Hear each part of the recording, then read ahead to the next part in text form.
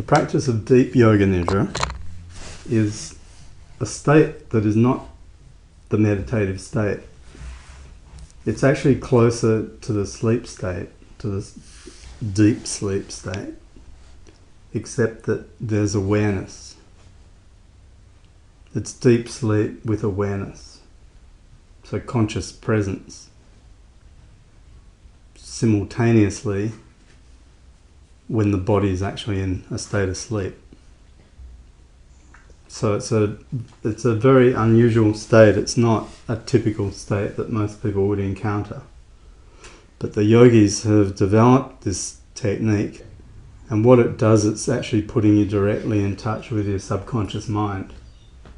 And the reason that it's done as a meditative practice is because a lot of the thoughts, well, a lot of the behaviors, a lot of the emotional energy that gets caught in the system is stored in the subconscious mind.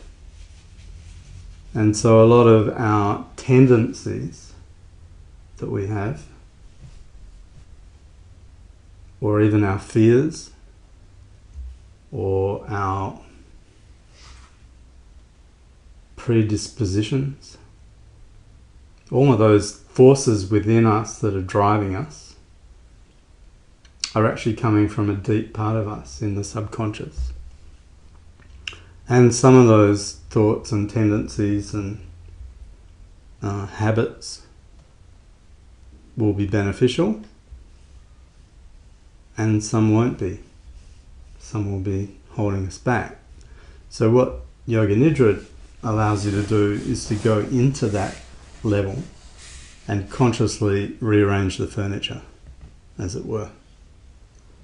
So you can start to see things that have been stored there. Phobias is another example. So you've got unconscious fears. You can actually go in and diffuse those in that state. And the beauty is that it's very safe to do it that way, because you're not actually confronting them, but you're more able to see them as dream images. So you can actually start to see the dynamics of mind, but you're not actually challenging them in a direct way. So you've got a bit of a distance on it. You can see them with dispassion, with objectivity. And then you can start, at one level it gives you understanding. Even if you don't want to change anything, at least you can see, that's why I feel this way about this person. It might be just at that level. Or it might be a childhood experience that you didn't know was stored there. And you'll see it, you'll go back and see it. But also, because you've got the objective capacity to observe it, you might say, this belief or this energy dynamic is not serving me well anymore. And so you can make a decision to let it go. Right? So you're just saying, I'm done with that now. So in a way it enables you to release stuff that you've been holding on to without even realizing that you're holding on to it, because it's in the subconscious. You're often not realizing that this stuff's there. And so you'll just feel a drive to behave in a certain way without really knowing why. But if you can go into this state, you can start to see what are the dynamics that you've stored up in conditioning, even past life stuff is all eventually available to you to see. And so the Yoga Nidra practice is one where you're going in there and you're basically clearing it all out. And in fact, the other side of it is you can then start to instill positive instructions into your subconscious. So if you want to develop momentum and a habit of meditating every day, you might, when you're in that state, just plant the seed, the idea that from now on I'm going to feel like meditating every morning. And then if you do it enough, you'll actually start to create some momentum at that deep level. And the power of Yoga Nidra is that it's deep. The deeper you go, it's like with the mantra, the deeper you can take the mantra into the silence, the more powerful the mantra is. So it's the same dynamic. The deeper that you can go while holding the awareness open. And this is the key. If you were to just do normal deep sleep, this would be of no value to you, because there's no awareness there where you can do this work. In the deep sleep state, you're actually in the subconscious mind. The awareness moves down from in the waking state, the awareness is here in the third eye. It's in the conscious attention is here. So it's the only thing that's going to come up is something that needs to be released? It doesn't really matter. It's just like going to the movies, except that you don't know what's showing. So you go and you say, okay, it's an exploration. But the thing is, it's safe because you can always come out. That's one thing. And the second thing is, it's not you. You'll get the very real sense that it's not who you actually are. It's stuff that's in there. So that which is the observer is who you are.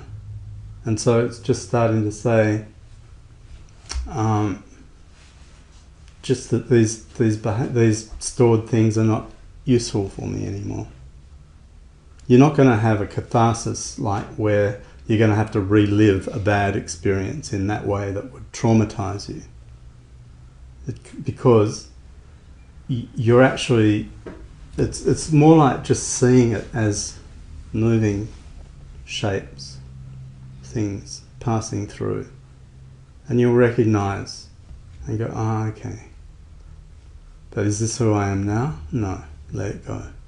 That's all you have to do. There's not a lot of strategy in this. It's more just go in there, see what's around. Sometimes you don't have to do anything. Just by recognizing it, it'll let go by itself. But when you come out, you always feel really clear, and you really feel like stuff's resolved. You feel much more able to be spontaneous, less a prisoner of these subconscious forces that everybody has. Did I make it sound too scary? Mm. I actually thought when you said that I wanted to jump up and go, hallelujah, I'm free. Well, that's what we're doing it for. I mean, the sense is exhilaration, actually, because you come out and you go, wow. It's like taking out the rubbish. That's what it's like. Do you want to get into the rubbish bin? No, you're just taking it out. It's gone. You might sit there and you're looking at all the rubbish in the bin and going, I don't need that anymore. It's like that. I don't need that anymore. It's gone now. Or taking a load to the tip. You know how it always feels good afterwards when you've done that? Or even when you're taking the rubbish out? It feels good, right? Because you don't need it anymore. Now it's gone. And you're free of it. So, I don't know that I have enough awareness though to do it. Well, then it doesn't matter. You just treat it as a relaxation exercise. At the very least, you're going to feel super relaxed. Well, that's how I was last time. Yeah. I'm just saying that if you start to see images. So if you do it a lot, how often is this? Like, I know you should meditate every day, but how? You don't have to do Yoga Nidra every day. What I don't know. It's just something you do if you feel like it. Yeah, I mean, I'm sure there are people that have daily Yoga Nidra practice, but that's intense. Let's just start by doing it once a month, say. There are people that do it after what they call Yoga Nidra at the end of Hatha Yoga every week. Well, it's only 3 minutes. Yeah, but they don't go deep enough for it to be really effective. I mean, they'll feel good. Everyone goes, oh yeah, I feel good now. Or they say, actually the best part of my Hatha Yoga class is the Yoga Nidra at the end. That's usually what they say, because it's actually quite enjoyable to be there floating. And you're not aware of the body and you're not aware of the mind. You're just in this place. But I'm saying because you are so relaxed and so deep and you're still alert and awake usually, some people think they fall asleep. You hear them snoring and stuff. But that's okay. But the main thing is just to be